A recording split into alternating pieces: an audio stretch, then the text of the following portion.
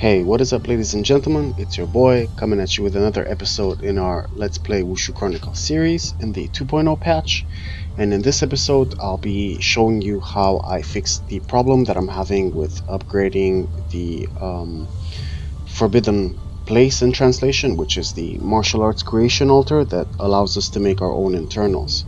So when I click on it, it tells me how do I translate this? The reputation of the sect in the Jianghu does not meet the requirements for me to upgrade this building. Now, what that means is that this value here, which is the very first one, has to be above 30k in order to reach the conquering the world rank that it says here in the description that it needs to have. So it doesn't really give any indication of how the numeric values define the rank, but I've seen that when I'm above 30k I can upgrade it. So in order for us to do that, we will be using our workers to upgrade that, well, to get a bigger number there. So we'll be sending them all to explore the Jianghu and basically increase the fame of the sect. And it will take about 2 cycles, so that'll be 6 months. So what I'm just going to be doing is just farming cultivation only for the sake of the video. Whatever random encounters I miss, I'm perfectly okay with it, because creating a, I think it's a tier 4, tier 5 internal is definitely justified for missing a few random encounters that I might get anyway, so whatever.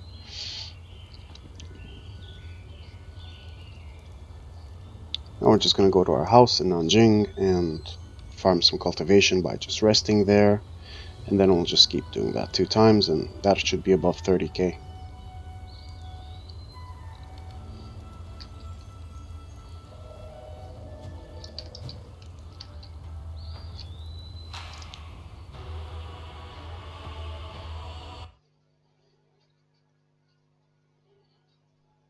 I have recently translated what all the buildings do in the game. Well, all the six buildings, since they're all the same. So you can check that out on my Discord. The link for it will be in the description of the video as always. So feel free to join and check out all the translations, all that stuff, and you know, get a better gaming experience while you're trying to do stuff in this game.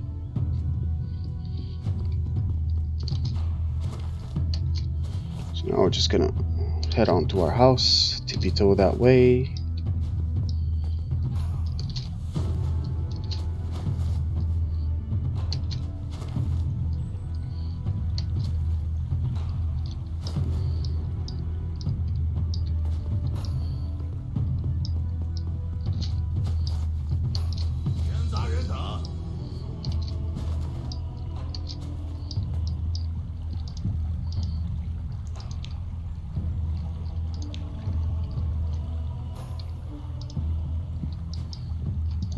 So that's 1, this will be round 2. Now a third.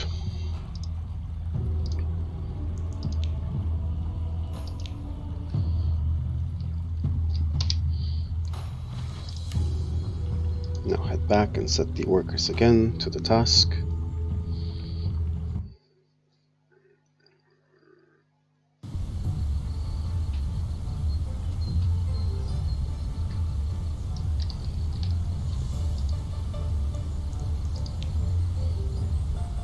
They were 29.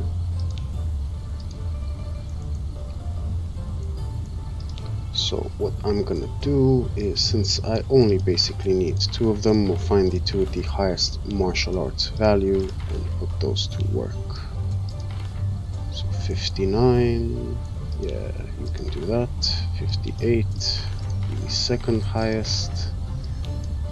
Yeah, so we'll just put the 58 guy. Boom. That'll be more than enough. And to maximize our sort of like time investment, we'll put the rest to give us money, and then that'll be it.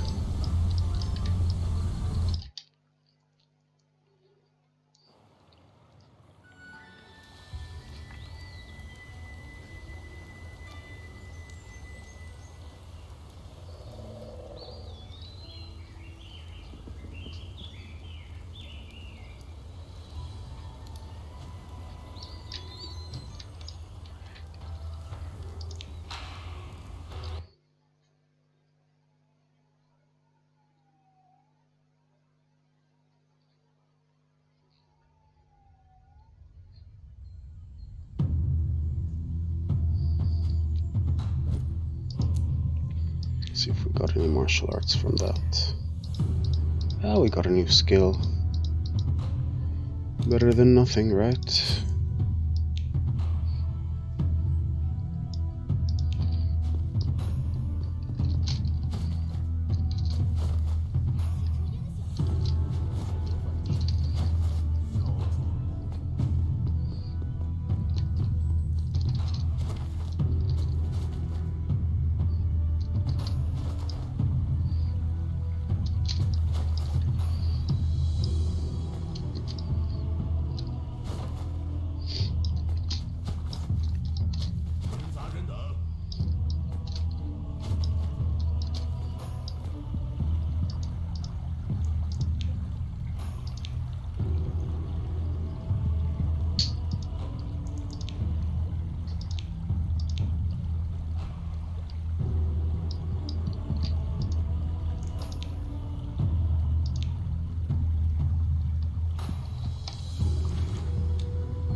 Now we should be good to go.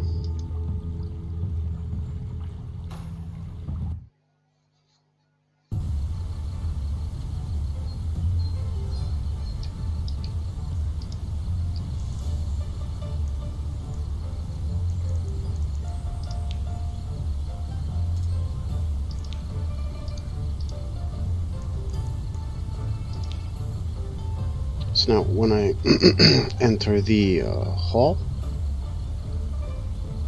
I can upgrade this.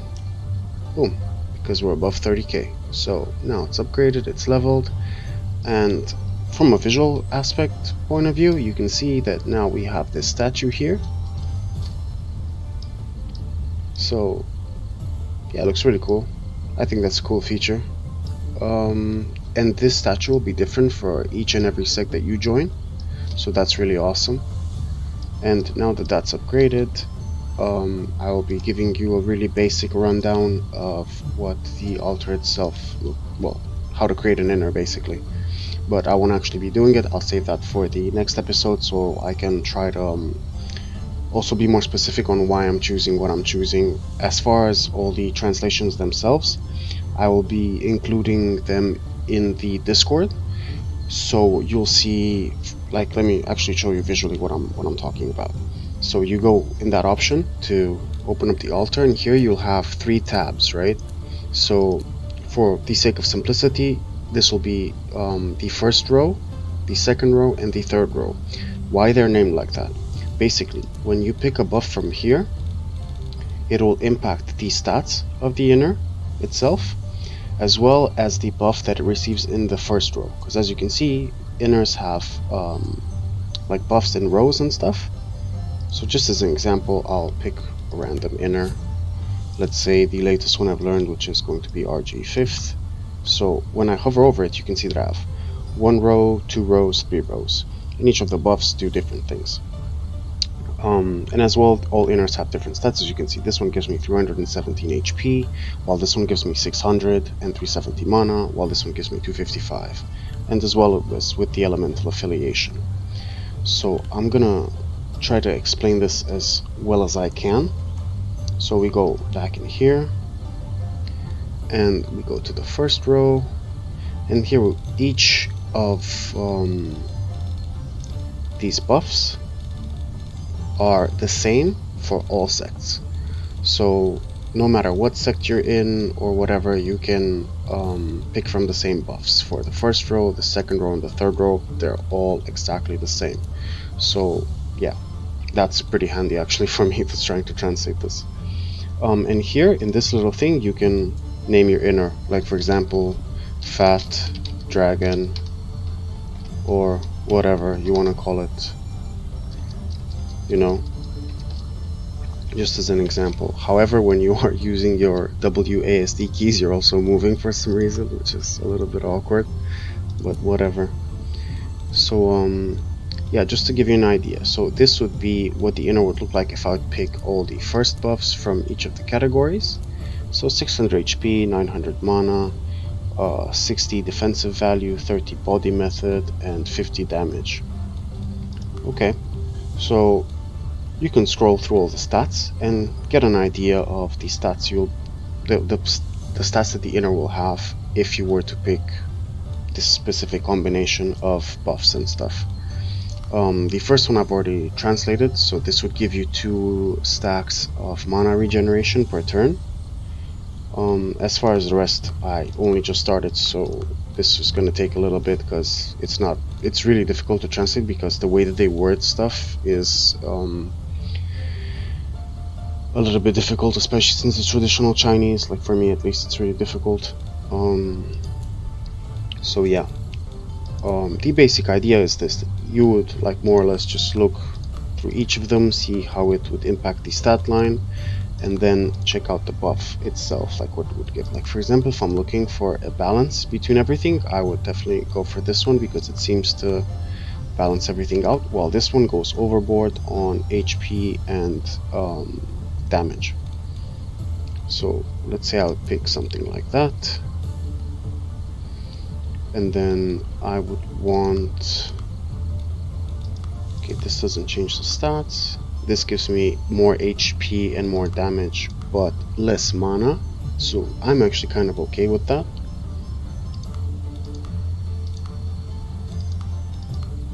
This one gives me the same, but also an extra 10 root value.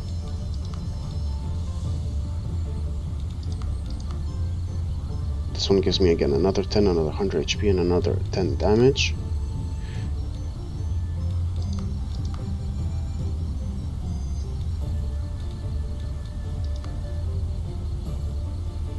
And so on and so forth. You get the idea of how to like check stuff out. And let's say for me, what would I be interested in? Okay, like this. Body method is not really an issue for me because I'm gonna have so much of it anyway.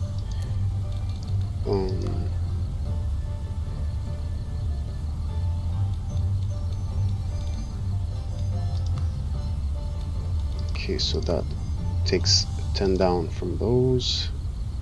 That's more damage.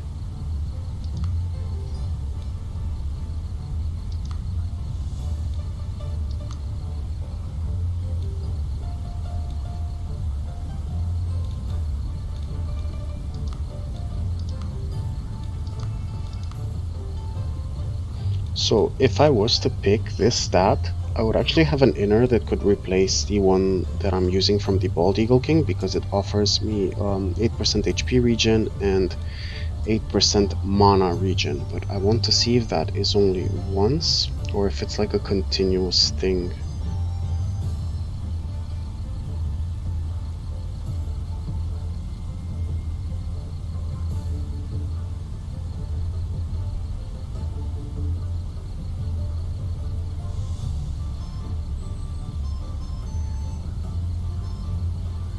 So it seems to be per round. Okay, so that's not bad.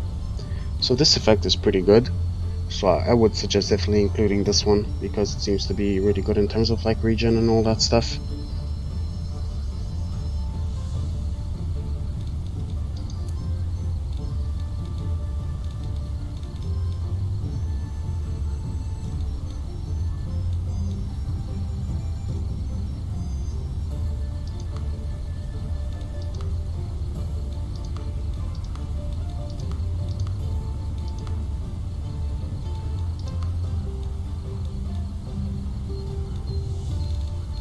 Okay, so more or less just an example. These are the 3 buffs that I'll be going with, and I'm gonna actually save beforehand just in case I can find a better combo or whatever.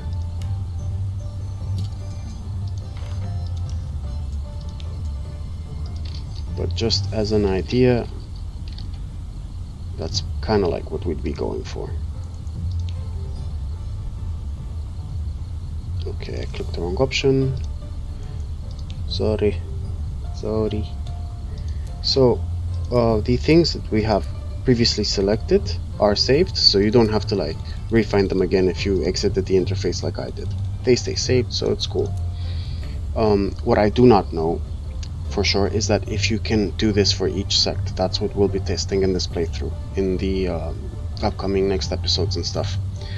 So if that's not a thing, at least the first inner that I made Seems to be decent. Probably not the best, but it's decent, you know? It can replace the Bald Eagle King's Inner, and the stat line is much better than what that one has to offer. And the values that you see here are with it at max level. You do not have to level this inner. You will get it already maxed as soon as it's created, so it does not matter. You know, you don't have to spend any extra cultivation on it. It's gonna come out max level, so you're good. So we'll just call it Farting Dragon, because why not? Okay, so let's create it. Create our little Farting Dragon inner.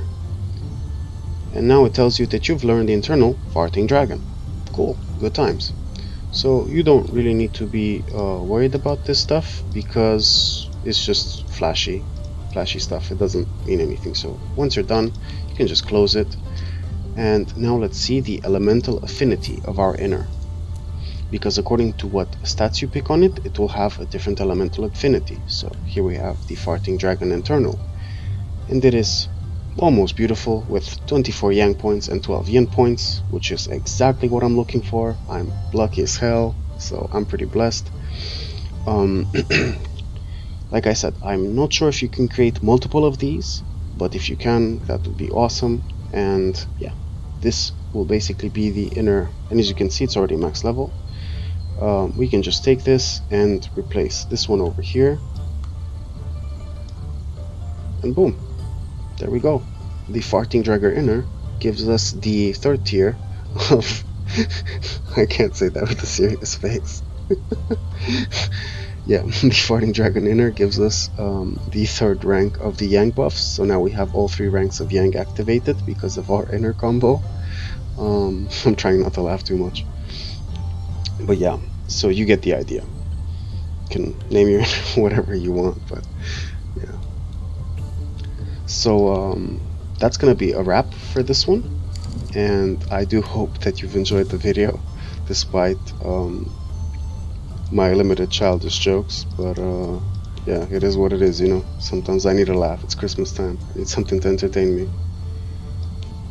So yeah, as always, thank you guys for watching. If you've enjoyed the video, make sure to smash that like button. If you're interested in more translations and all that stuff, especially of these interfaces and all the buildings, whatever, of the game functionality in general, make sure to join my Discord. Link will be in the description. Also, if you want to help support me and the channel and my really shitty jokes, make sure to subscribe and hit that notification bell. That's gonna be it for me. I'm out, guys. Peace.